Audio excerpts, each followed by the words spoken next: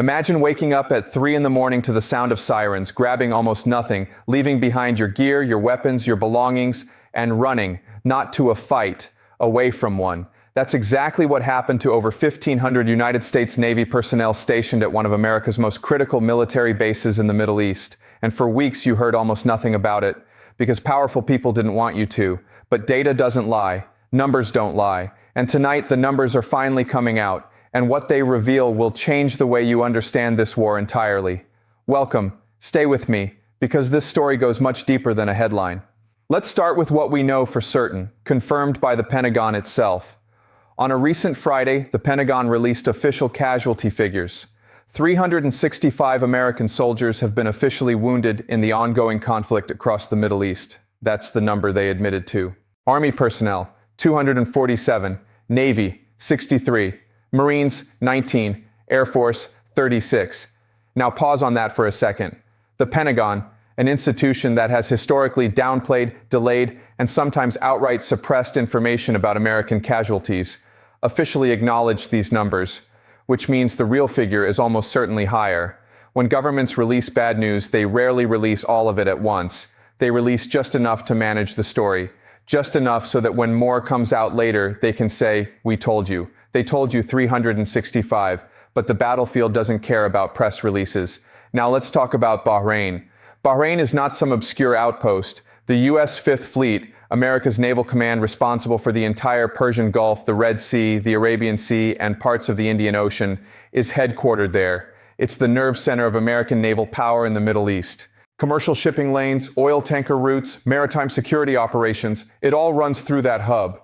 According to a report by NPR, an American media outlet, and later confirmed by multiple sources, 1,500 U.S. Navy personnel and their families were transported out of Bahrain and flown back to Norfolk, Virginia. That's on the east coast of the United States. But here's the detail that should make every American sit up straight. According to aid groups and support organizations that worked with these returning sailors, they came back with almost nothing. Minimal luggage, minimal gear. Reports suggest equipment, ammunition, and personal belongings were left behind. These weren't soldiers completing a tour. These were people who got out fast. When a military power the size of the United States quietly moves 1,500 naval personnel out of its most strategically important regional base, that's not a rotation. That's a retreat. And the fact that it happened in near silence tells you everything about how badly the Pentagon wanted to control this narrative. So what happened at that base? What forced this evacuation? The answer lies in the escalating precision of Iranian missile and drone strikes on American positions across the region. Iran's military, specifically the Islamic Revolutionary Guard Corps, the IRGC, has been systematically targeting U.S. military installations with a consistency and accuracy that has clearly rattled American commanders. Multiple strikes on multiple positions, casualties mounting, equipment destroyed, and it's not just Bahrain. Reports indicate that the process of withdrawing personnel from other American military installations across the region has also quietly begun. This is the military reality that official briefings have been carefully avoiding. The public narrative has been about American strength, deterrence, and Israeli air defense success. The actual reality, emerging piece by piece through casualty reports, evacuation confirmations, and leaked information, tells a very different story. Now, while American forces were quietly pulling back, Iran was making very public moves of its own. The IRGC spokesperson recently made a statement that sent shockwaves through defense circles. He announced that Iran's air defense capability has been significantly upgraded and that this new system would be demonstrated on the battlefield. The exact words were striking. He said Iran would, and I'm paraphrasing here, take complete control of our skies and show the humiliation of our enemies to the world more than ever before. This is not just propaganda. When a military command makes a specific public operational announcement about a new weapon system, serious analysts pay attention, because there's typically something behind it. The speculation that has emerged, and it's important to note this is speculative, is that Russia may have supplied Iran with an advanced air defense system. Something that Russia has not provided to any other nation. Something that would represent a significant upgrade to Iran's already formidable air defense network. Russia has its own reasons to want American and Israeli air assets under threat in the Middle East.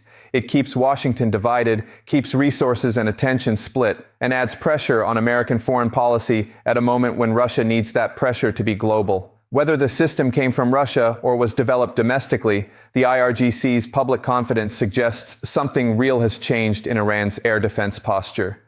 And then there's the F-15. On April 3, 2026, an American F-15E Strike Eagle was shot down over Iranian airspace.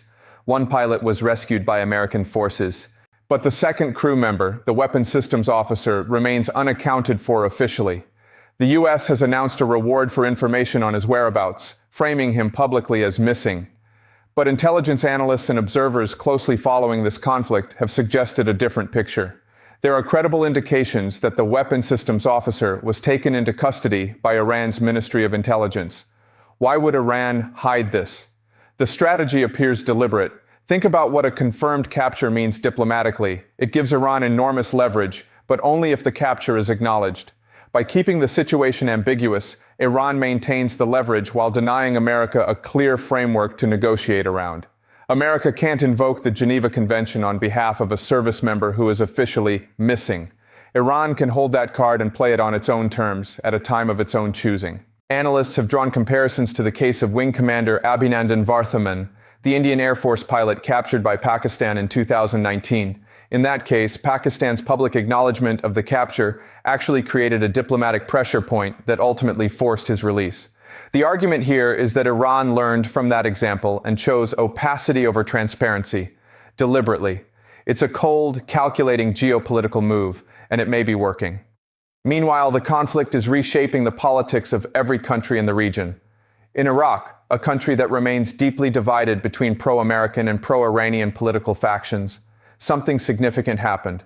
Millions of people took to the streets of the Iraqi capital in protest, not against Iran, against their own government's perceived alignment with the United States and Israel.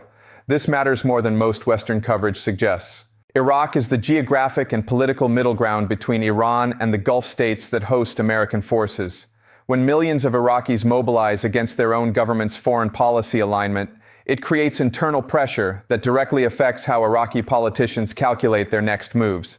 American bases in Iraq don't just face external threats, they face an increasingly hostile domestic political environment in the country that hosts them.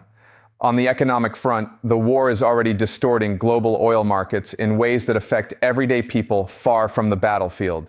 Here's a specific and telling example.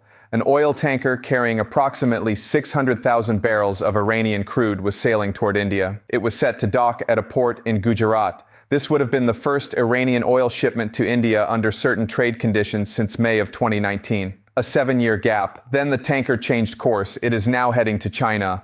The reason, according to Kpler, a firm that tracks global oil and gas movements and is considered a reliable source in the energy industry, is that Iran has changed its payment terms. Where buyers previously had 30 to 60 days to pay after receiving the oil, Iran is now demanding advance payment before delivery. Think about why a country under sustained military attack would change those terms. When you're at war, when your infrastructure is being targeted, when the future is uncertain, you don't extend credit. You collect now. You secure your revenue today because tomorrow is not guaranteed. India may still be able to receive this shipment if it meets the new payment terms. But the broader signal is clear. The economics of Middle Eastern oil are being rewritten in real time by this conflict. And those rewrites will have downstream effects on energy prices, on supply chains, on diplomatic relationships between energy importing nations and the states fighting this war. And then there's the information war, which Iran is fighting with unexpected sophistication. When an American airstrike destroyed a bridge connecting Tehran with other parts of Iran, former President Donald Trump posted about it on his Truth Social platform, framing it as a demonstration of American military capability. Iran's response was not anger, it was theater. Iranian officials invited international journalists from around the world to come see the destroyed bridge and to document it. They turned an American military action into a global press event, broadcasting images of the damage to every corner of the world. The implicit message, look at what they're doing to a civilian country's infrastructure. Look at the bridge they destroyed. Look at the families whose commutes, whose livelihoods, whose daily lives have been severed by this war. Iran turned Trump's boast into its own propaganda victory, and it did it simply by opening its doors and letting the cameras in. And then, In a moment that will likely be studied in communications and political science classes for years, the Iranian embassy in Zimbabwe posted a tweet directed at Donald Trump. The message was short and devastating in its simplicity. It said, "Trump, please talk. We're bored." In 4 words, Iran's diplomatic mission reduced the most powerful military in the world to the target of a punchline. Trump, who had been notably silent since the downing of American aircraft and the evacuation from Bahrain, was publicly taunted by a foreign embassy, and he still said nothing. That silence speaks volumes. Let's zoom out for a moment and look at the larger picture taking shape. We have 1,500 American sailors quietly evacuated from a key regional base. We have 365 officially wounded, with the real number almost certainly higher. We have an F-15 shot down and a crew member possibly in Iranian custody. We have Iran publicly announcing an upgraded air defense system. We have millions of Iraqis marching against their own government's alliance with the United States. We have oil tankers rerouting away from India. We have Iranian cluster munitions striking Tel Aviv, with fires that rescue teams couldn't extinguish quickly. None of this fits the narrative that was being sold in the early days of this conflict. The narrative of quick, decisive American and Israeli dominance. The narrative that Iran would back down, that the resistance forces were fragile, that this would be contained. It has not been contained. And the data, the casualty numbers, the evacuation reports, the tanker routes, the downed aircraft, makes that undeniable. The truth about war almost never arrives all at once. It comes in fragments.